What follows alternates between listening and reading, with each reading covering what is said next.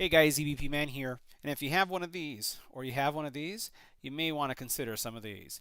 These are DJI Spark and Mavic Pro filters brought to us by SANDMARC. Let's check them out.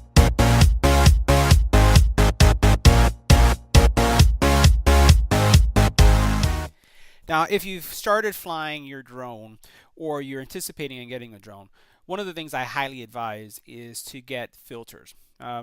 These devices, because of the 4K quality video that they're able to take, and just the fact that they can take either 1080p or 4K at high altitudes, means that they're going to face sunlight, and sometimes direct sunlight.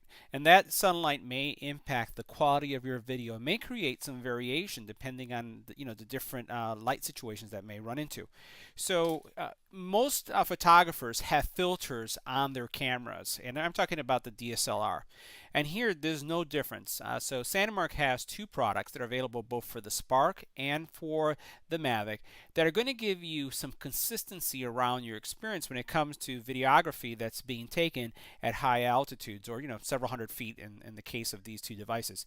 So let's take a look at each of these. How do they work and how they would connect to either your Spark or your Mavic Pro. Now in both packages you're going to find 4 filters, and the filters pretty much cover the same range. Now if you're asking yourself, again, why do I need a filter? Well, the filters are going to help you control your exposure so that it's more consistent. They're going to reduce the light coming from to the sensor, again, and that's going to provide consistency. And then it's going to help with reflections and glare. This is the thing that kills me the most when I'm flying my drones. So as we take a look at them, one of the things that I like is these containers. Now, while this is just a plastic kind of container, I like keeping these around because I don't have these filters on my drone at all times. So being able to have it in this is a nice deal. Now, as you start looking at the Mavic Pro piece, it has a more professional container that's going to keep these filters in place. So each of these are pretty portable. They don't take any time to put on, and they fit in your bag as you're flying your drones. So the first thing that you'll notice with these filters that some of them are a little bit darker and some of them are a little bit lighter. Obviously, each one depending on the situation that you're dealing with.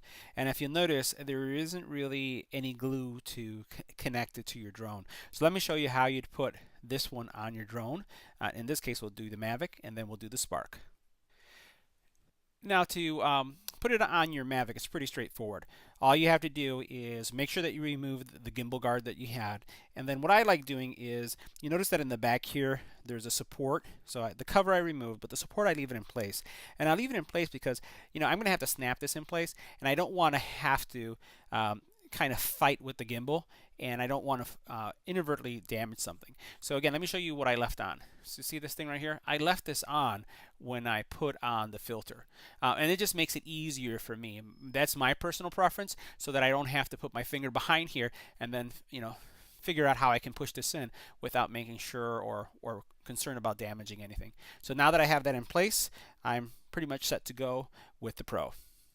Now as we take a look at the Spark, all we're going to do is I'm going to place it just like this, right? I still want to make sure that I'm holding it, holding the gimbal, and then snap it in place just like that.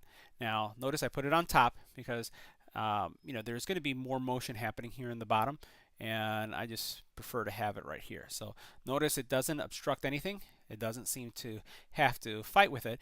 And now this is going to help me with that glare and give me some consistency when it comes to exposure.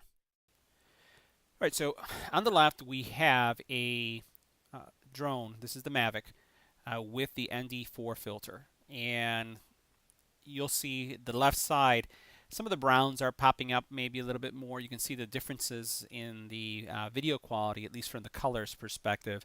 One seems to be a little bit more brighter. The other one, you can really tell the different shades of brown and also the greens, a little bit more clearer and with more depth than you see on the one without the filter. But I'll leave that up to you as to which one you prefer, but this is kind of the effect that you're starting to see with the filter.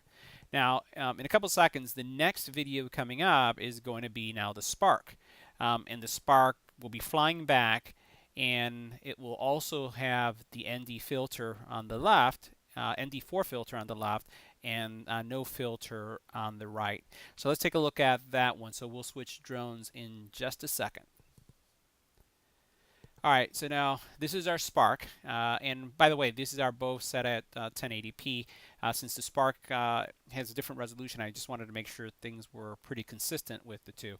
So you can see here again, kind of like the differences of what's going on. Just look at the detail and the texture, the variety of color, and come to your own conclusion which one you feel the best. Now you can always switch filters, so this was just one filter.